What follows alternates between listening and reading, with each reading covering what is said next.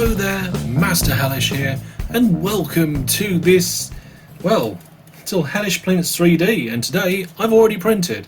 Today we're going to look at what I do to prints after I've printed them to clean them up. And we're going to talk a little bit about how that's changed and what I might do in the future. But first, what is this? Well, this is a little hook to go in my car so I can hang clothing. I printed it recently and I haven't cleaned it up yet. So here is the print.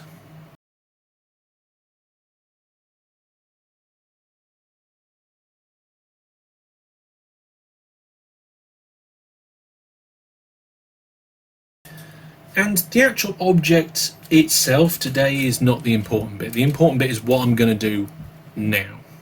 So prints that have a relatively small surface area touching the build plate, I print with this brim. Okay, because I don't actually use any addition on the build plate itself. I just make sure it's nice and level, nice and true, and nice and clean. And that does the job, especially if you put this brim on. Now this brim, when it comes, is usually extremely easy to remove. And I don't use any special tools for the most part. I actually just pull it off. So because it's so incredibly thin, this brim layer is tiny thin, it's nearly always just pulls off, no problem at all, with no bad effects on the print itself. And actually it's come off in one piece-ish this time. So that's usually step one, remove the brim. If there's no brim, then obviously I don't have to do that. Now this one I printed with some supports. I used the default supports in the application, I didn't do any custom ones, because this overhang here is relatively important and would have been quite difficult to do, I think, to do this complete overhang without some sort of support. And when I did that, it also put some supports on these curvy bits at the bottom. To get rid of that sort of thing, I will use any sort of craft knife. Now, most of these supports come off quite easily and quite nicely. This one, just a little tiny one down the bottom there. And this one at the top here, again, because it's a support, it's not going to be attached to the print very much. It's only going to have a few contact points. It's the whole idea of the support. And I don't know if you can easily see this, but it is very small and it's got this lattice on there, which is the contact points to the piece. So you don't get a big fat area, it's just a couple of little points to detach. And there's just another one here. Now this one is quite awkward, and I chose this piece on purpose because it was one with a brim, it was a one with the fill, and also this awkward bit in here. So that's why I chose this piece. Thought it'd be a good one to do. So I'm just going to remove this one again. There's just a couple of contact points there, which I'm just going to gently shave off, and with hardly any pressure at all, that's come off. Now there are some spiky bits there where the contact points were, and we're going to try and sort that out. Now with the curved sections, for example around here, the spiky bits are just rough on the outside. So what I'm going to do is just use my knife to get rid of the big bits, and then I'll do one of two things. Either later I will use a rotary tool to gently kind of buff off any excess, or I've actually in the past used a little nail file just to get those last little tiny sharp bits that are on there and just smooth them off. Now I just mentioned the rotary tool. The rotary tool, sometimes people call them Dremels. They're not Dremels. Dremels are brand. It's a rotary tool. It's the same as calling all phones iPhones or calling all cars Volkswagens.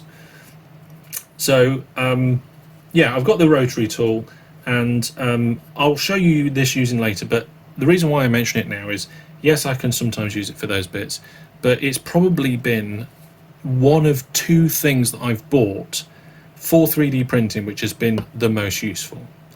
So we'll see that later, but the other thing that I've bought for 3D printing has been this.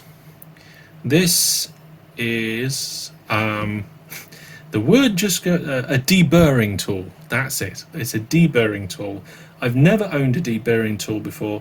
I really wish I'd owned a deburring tool before, because it is just so easy to run the deburring tool, especially when you've got a brim. There's you won't see it on this definition camera, but there is. You know what? I'm going to try.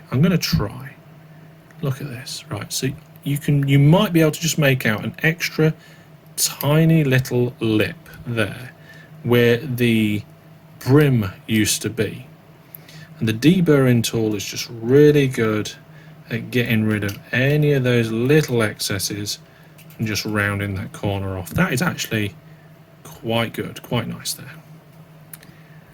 And usually what I do is I'll just run the deburring tool around the part. Now this one, it's a little bit more difficult because there's wiggles and bits all over the place, but a nice little run down each of the edges usually does me okay.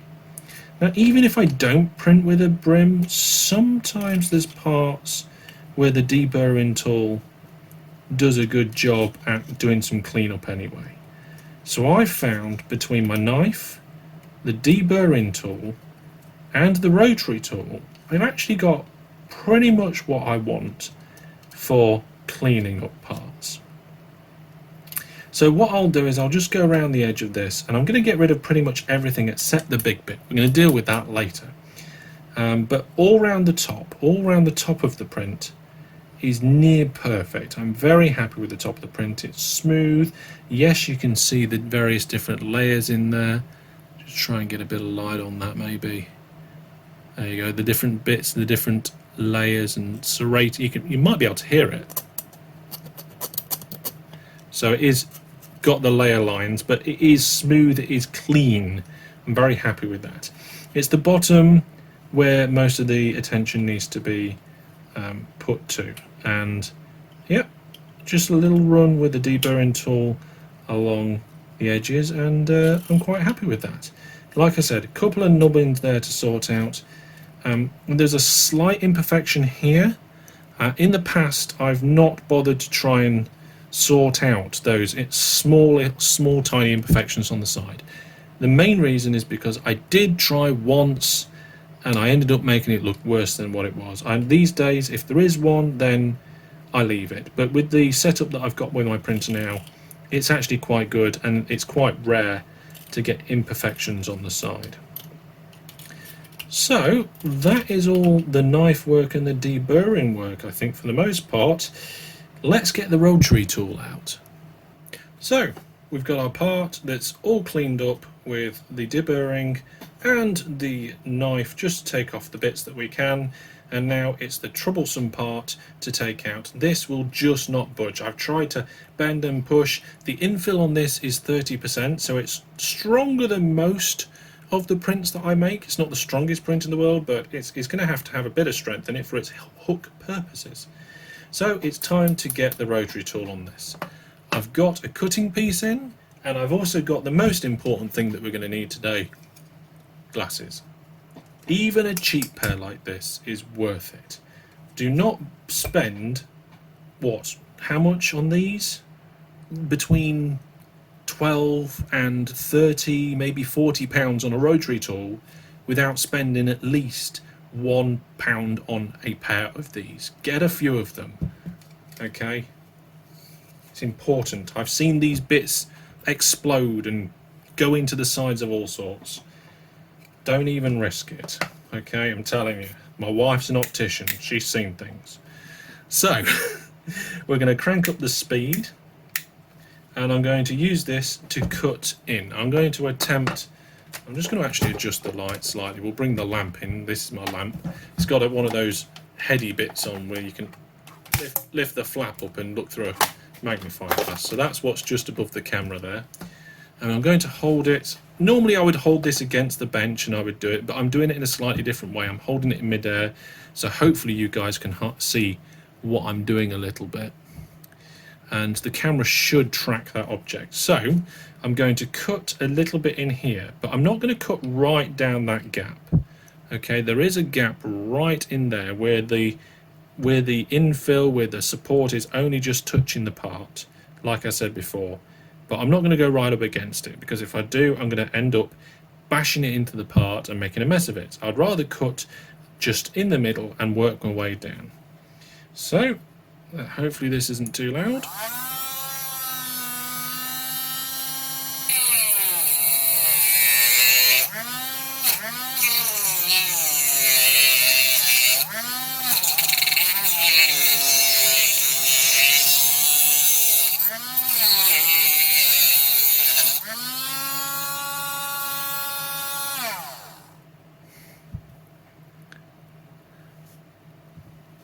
And there's our first cut. Now, a word of warning, and I should have said this before, if you're going to use a rotary tool on PLA, you have to be careful. The bits can get quite hot with a lot of friction, and you can end up melting it rather than cutting it, and then it gets rather messy. But I've done a cut on this side, I'll do a cut on the other side, and I'll remove as much as possible.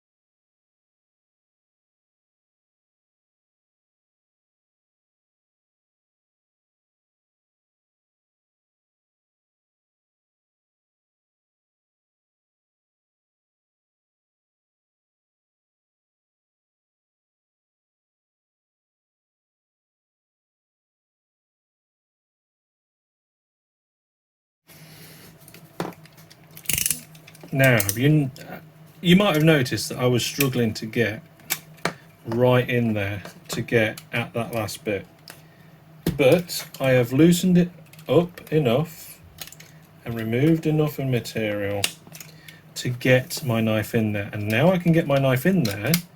You should be able to see that I'm actually able then to peel off the supports a little bit better. Now, I got a little bit of kick which has hit the part down here, and this is what happened to me previously, and I was pushing myself to get the part out too much, and also when I was holding it up here, that's when I was getting the kick. So I've learned that it's very important to do it on a nice secure surface